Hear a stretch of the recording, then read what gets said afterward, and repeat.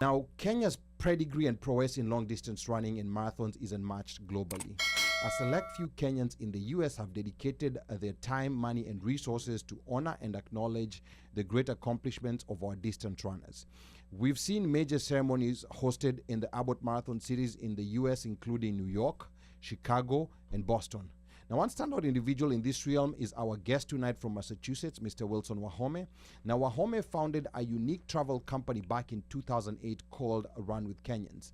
He had a modest goal of bringing runners on running excursions and safaris to Kenya, and he will be telling us more about that. Now, the organization also started hosting annual Dinner with Champions, where they were hosting elite runners on the weekend prior to taking the road onto the Boston Marathon. Now, Wahome, however, experienced some challenges on organizing the event that led to a 9-year break without the event, and he'll tell us what led to the long break. Now, Dinner with Champions is back with a bang this year, and 200 unlimited tickets are currently available at runwithkenyans.com. I want you guys to pay attention to that website because these tickets are gonna go. There are only 200. They're limited. Runwithkenyans.com, and we will post an Eventbrite link in the comments. Now, the grand event will feature runners from both Kenya and Ethiopia at Boston's Bayback Center on 180 Berkeley Street. And on the evening, the event is going to be on the evening of Saturday, the 13th of April, starting 5 p.m. So make sure you get your tickets while supplies last. Remember, runwithkenyans.com. We will have a link shortly on the Eventbrite in the comment section, and we're going to pin it down there. So without much further ado, we're going to go straight to Wahome. Wahome, welcome to the One Mic Show. Can you hear us? Yes, sir. Loud and clear. Okay, and I love those. I love the headsets that you have, white and blue. I don't know that those are New England colors, but New England Patriots, man, they've not been doing well for the last like 20 years. Leave us alone. Tell him. Okay, all right, but where we can talk about the Celtics. Okay, all right. But where are you currently situated? Are you in Boston? Because you're always in different places.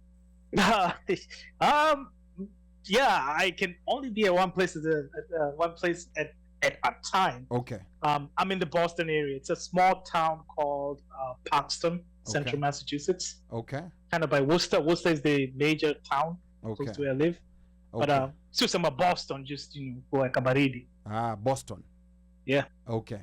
Sawa. So you're kind of like those guys who you actually live in Rongai or Kitengela, but you claim Nairobi. He actually said no. Unajua shida inaishi ocha. Okay. Usta ni ocha. So labda ni sababu ya ocha. Ocha. Okay. Sawa. So now, when was the last time you hosted this dinner? Because it's been quite a while. Bro, I'm surprised you should ask that question. Just who was the last host? Who was the last MC of the last event that we hosted?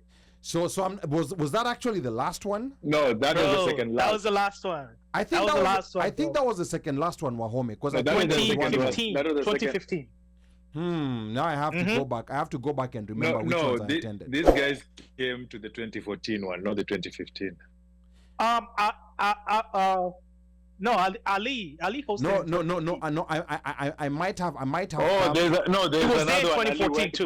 Yeah. There's another one I went to privately. Yeah. Ali was the master of ceremony. 2015. Well, that was 2015. And then Ali, no one showed up after that, so you've got some explaining to do. Well, I don't know.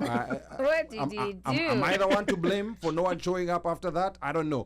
Because I've been... Wahome was a Jome. Yeah. But in all seriousness, the last one was 2015.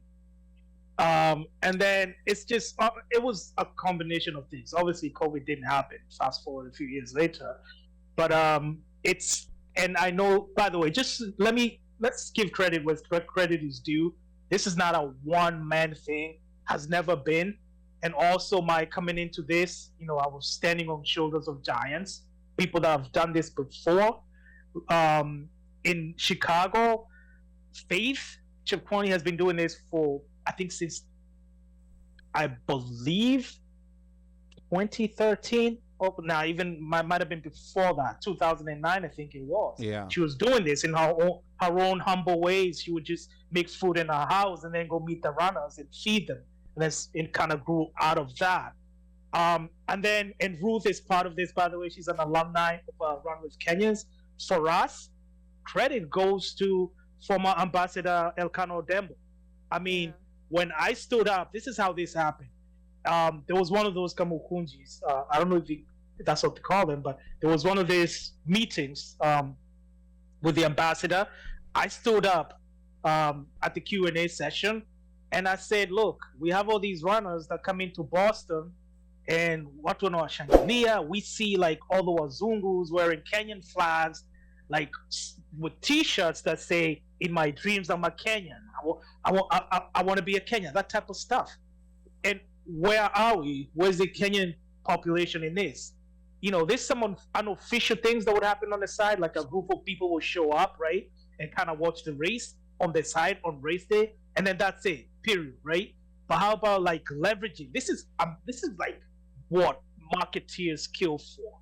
When you're advertising and paying $30 million for 30 seconds for Super Bowl, you're paying to have this type of goodwill, right? So we're getting it for free, like. Not for free, really, but courtesy of our runners. How do we leverage this? That was kind of like my question to Ambassador Odembo. And the guy gets it, to his credit. He connected me with someone at the embassy. I got on the next plane available, Kendauko. We spoke, and he made it happen. That's how this really jumped off. So, again, what happened in 2015, after 2015, was that it has always been a very demanding undertaking. Usually the budget is pretty, whatever people pay for tickets doesn't come close to paying for all the expenses involved. That includes the venue. It has to be a pretty, we really have no choices with the venue, because for the organizers of the race to let the athletes come to you, these are very valuable people.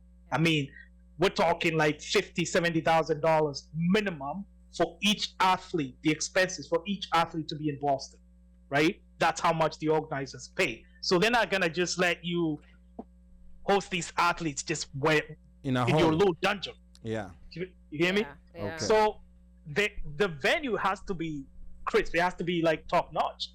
You have no options there. And then there's catering, food, right?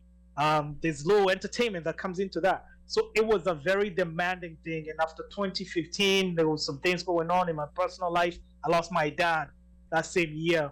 Nikashindwa, I think I wrote an email blast. Faith might have been one of the recipients. And I said, anybody wants to take this over. Not to throw people under the bus, right? But I wrote that email. Anybody wants to take this over, because I really can't do it. There weren't any takers, and that's how it kind of like fell under.